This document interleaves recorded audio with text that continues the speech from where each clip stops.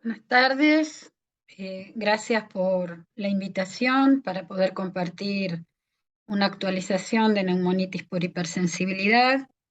Desde la sección ocupacional agradecemos la posibilidad de poder ser nosotros y nosotras las que estemos trabajando y construyendo conocimiento con ustedes. Bueno, la neumonitis por hipersensibilidad es un síndrome complejo causado por una variedad de antígenos, ya sean orgánicos o inorgánicos, que en sujetos con cierta predisposición generan una respuesta inmune exagerada con un impacto en la pequeña vía aérea y en el parénquima pulmonar. La inhalación de antígenos puede generar una respuesta normal o bien puede generar respuestas exageradas, como decía recién la definición. Comienza con un proceso de gran inflamación, es una enfermedad inflamatoria, y después, a medida que va progresando, se organizan en granulomas inflamatorios y pueden llevar a la fibrosis. Esta enfermedad es una enfermedad que fue muy desconocida durante muchos años. Antes se hablaba de una una alveolitis alérgica extrínseca, aguda, subaguda o crónica. Hoy hablamos de neumonitis por hipersensibilidad con un fenotipo fibrosante o no fibrosante. Igual puede ser aguda, subaguda y crónica. Dijimos que es una enfermedad inflamatoria, inmunomediada, que lleva o no a la fibrosis con progresión, cuyo antígeno va a estar conocido o desconocido tanto por el paciente como por el médico operador, ya que es muy importante una buena anamnesis, como ya vamos a plantearla dentro de un rato. La inhalación tanto de productos orgánicos como inorgánicos, como también la inhalación de ciertos agentes inespecíficos de ciertas actividades, como pueden ser los pulidores, fundidores y soldadores, generan esta patología. Va a haber tantos antígenos orgánicos e inorgánicos que produzcan diferentes entidades y por eso se denomina pulmón del granjero, pulmón del que cultiva orquídeas, pulmón de los limpiadores de jacuzzi, los lavadores de queso, trabajadores del cementerio, etc. Es una enfermedad que va avanzando en su conocimiento y creo que el tema va dando una prevalencia mucho más alta, que obviamente va a estar en relación no solamente con el clima, las regiones, sino también con la exposición ocupacional y ambiental. En general se considera que del 0,3 a 0,9 la incidencia por 100.000 habitantes. Acá vemos una serie de trabajos de investigación relacionadas con antígenos orgánicos, y esto es lo que comentábamos recién. Va a haber un pulmón del granjero, con todo lo que tenga que ver con los cereales, el estiércol, la paja, las virutas, los cultivadores de hongos también, pulmón de los queseros, que es el moho, que hay moho, hongos y ácaros en los diversos quesos, la suberosis, que tiene que ver con el corcho, la bagazosis, que es con la cosecha de la caña de azúcar. En realidad no es la cosecha la que produce la neumonitis por hipersensibilidad, sino que se estiban las cañas de azúcar y obviamente al levantar esas cañas hay una gran polución de microorganismos que el trabajador las inhala y puede generarle una neumonitis por hipersensibilidad. El pulmón de los criadores de palomas, como todos sabemos que las palomas tienen la posibilidad de generar alveolitis, aves en general, peleteros, laboratorio, cuando manipulan pelos o ratones, eh, todo lo que tenga que ver con la climatización, los vapores, el pulmón de jacuzzi, los que concurren asiduamente a los saunas, o también las duchas en las bañeras con mala evacuación, locales mal ventilados, se acumulan moho, hongos y eso se inhala. Todo lo que tenga que ver con las planchas de vapor. Nosotros tuvimos una paciente que guardaba el líquido del que ponía en la plancha y lo iba guardando porque consideraba que planchaba mejor. Obviamente se analizó ese líquido, se cultivó y proliferó un hongo. Todo lo que tenga que ver con la industria de la mecánica, la industria del plástico, fotografía, poliuretano, producción de fabricación de insecticidas, fundiciones, bueno, todo esto, resinas, todo esto puede generar antígenos inorgánicos, son antígenos inorgánicos que generan en el predispuesto una respuesta inmune exagerada. Ahora bien, este es una slide que nos dio un colega muy querido, Adrián Gasser, muy solidario, y nos gusta mostrarlo porque muestra las diferentes patrones radiológicos que presenta la neumonitis por hipersensibilidad. Por eso es muy importante tener en cuenta la nueva clasificación, como vamos a ver ahora, donde hay patrones típicos, compatibles e incompatibles.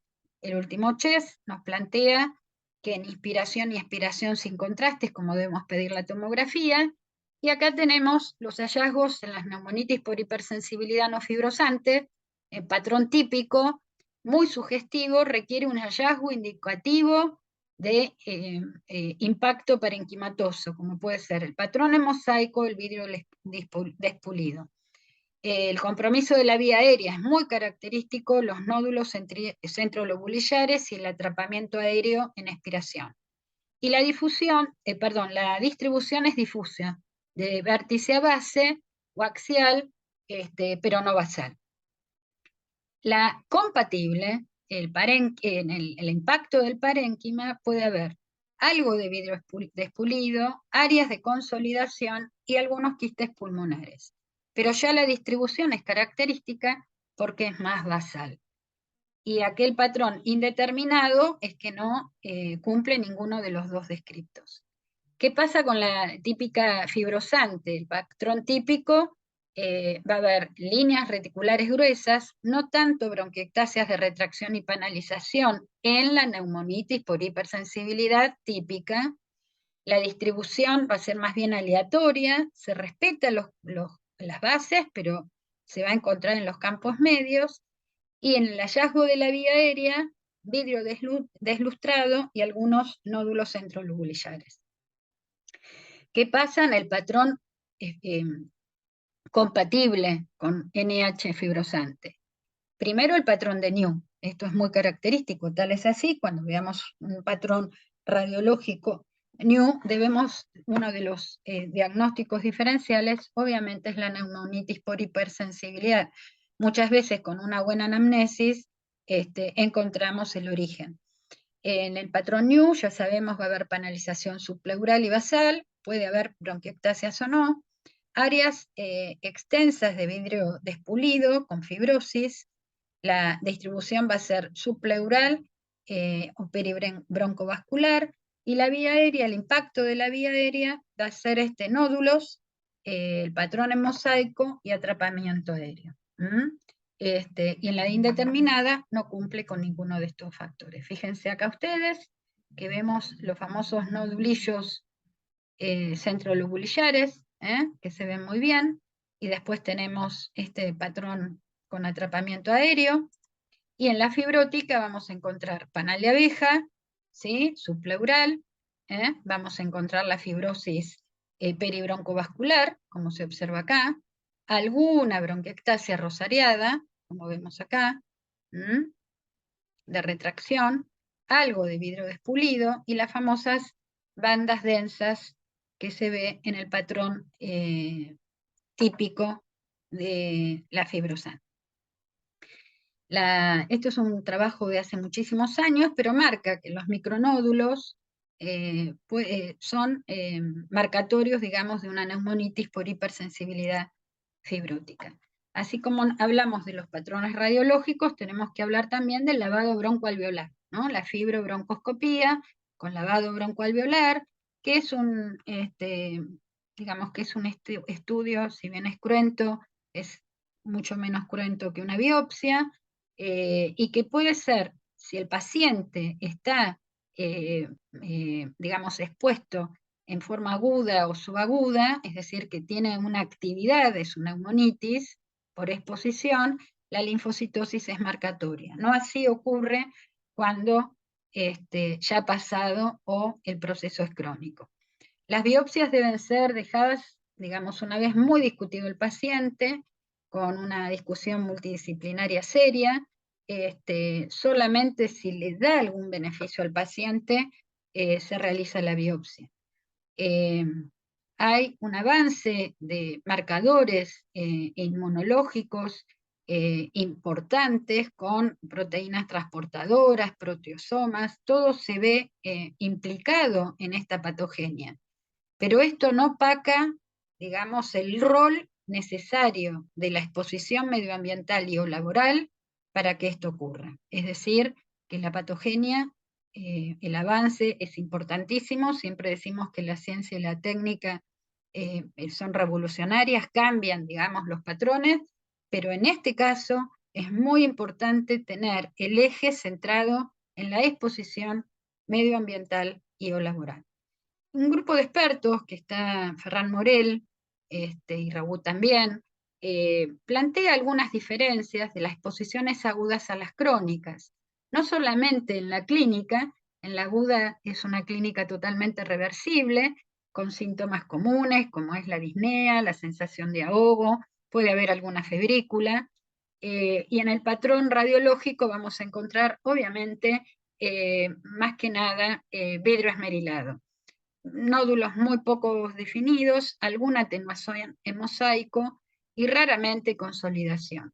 Esto es un proceso inflamatorio con alto porcentaje de linfocitosis. Esta es en la aguda. En la crónica, aquellos, digamos que los últimos duran, es una disnea que va increyendo, que tiene más de 6 meses de evolución, puede o no regresar a la clínica, hay una fuerte riesgo de progresión, y en el patrón radiológico vamos a encontrar un proceso que va a la fibrosis, con una fibrosis peribroncovascular, panal de abeja, atenuación en forma de mosaico, generalmente en las bases.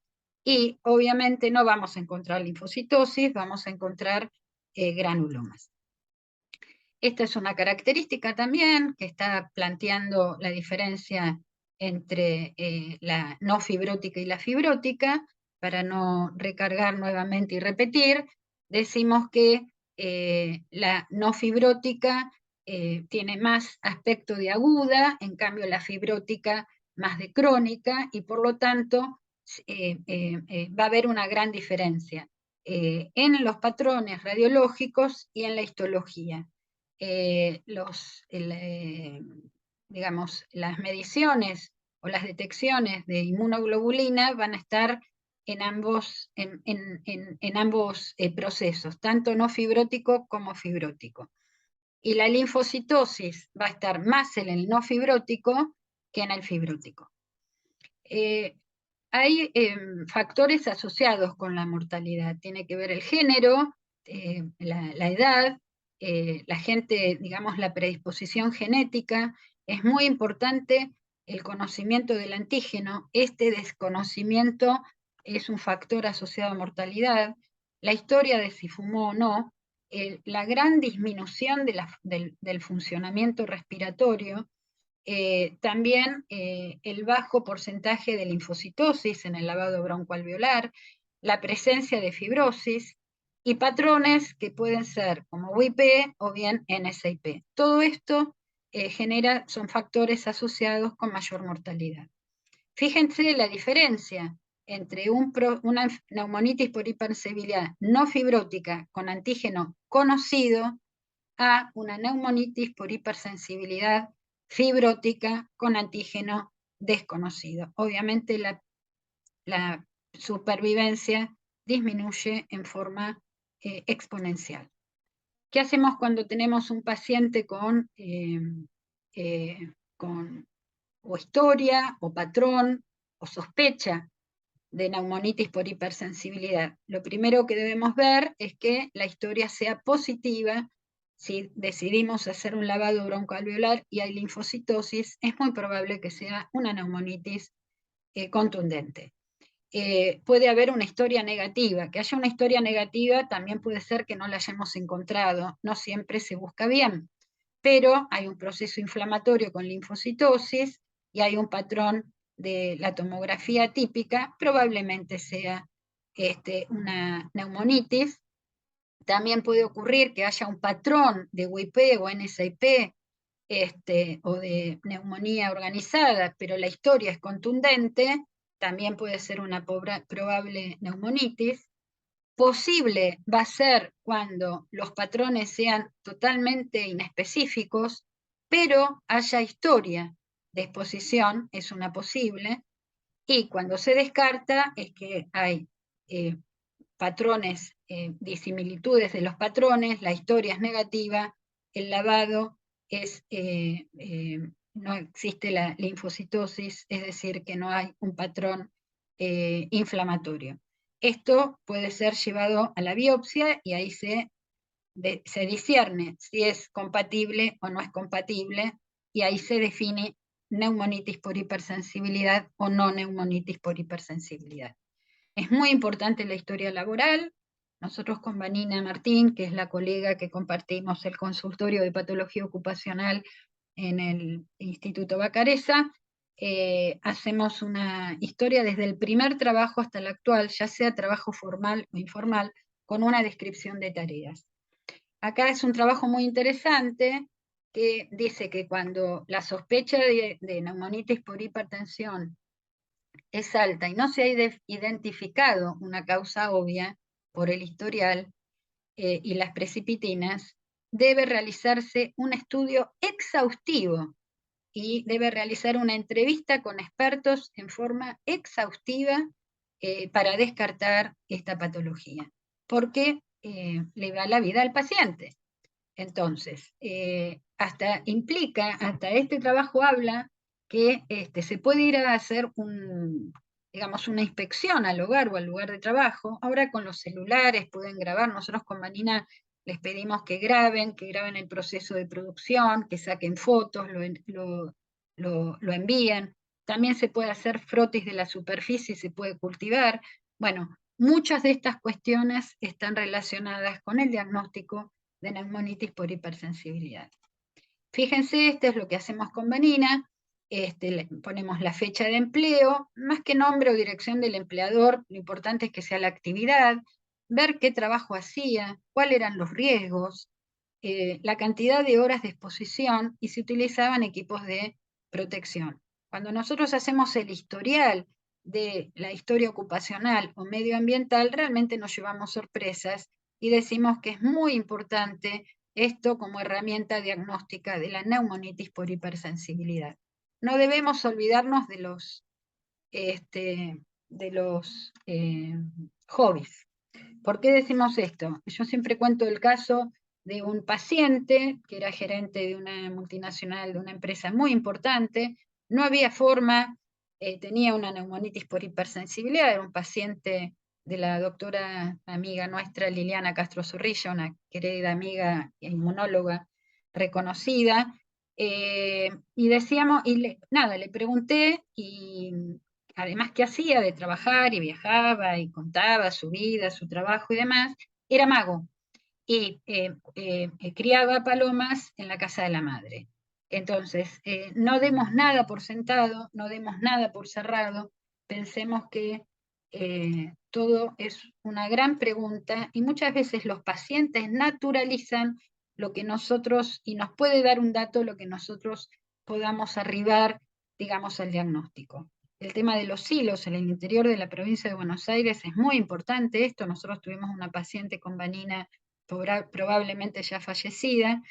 Es muy difícil decirle a un paciente que se mude, que cambie de domicilio. En este país no es fácil esto, en otros países tampoco, digamos, pero aparte, una vez que el paciente está sensibilizado, obviamente puede tener como sensibilización cruzada, entonces es mucho más difícil parar la progresión de la enfermedad. Esta es una historia clínica que hicimos con la sección de intersticio. Muy interesante el trabajo mancomunado que hacemos y que hicimos, y esto fue a partir de la doctora Quadrelli, este trabajo de poder aportar diferentes saberes, ¿no? Poder cruzar experiencias, pacientes, recorridos, y realmente la construcción colectiva, que es un diagnóstico de salud, es por demás interesante. Fíjense que acá es muy fácil, es para el neumonólogo clínico que debe a medida que va preguntando, digamos, va tildando si por sí o por no, y en el llegado el momento, poder tener un diagnóstico mucho más acabado.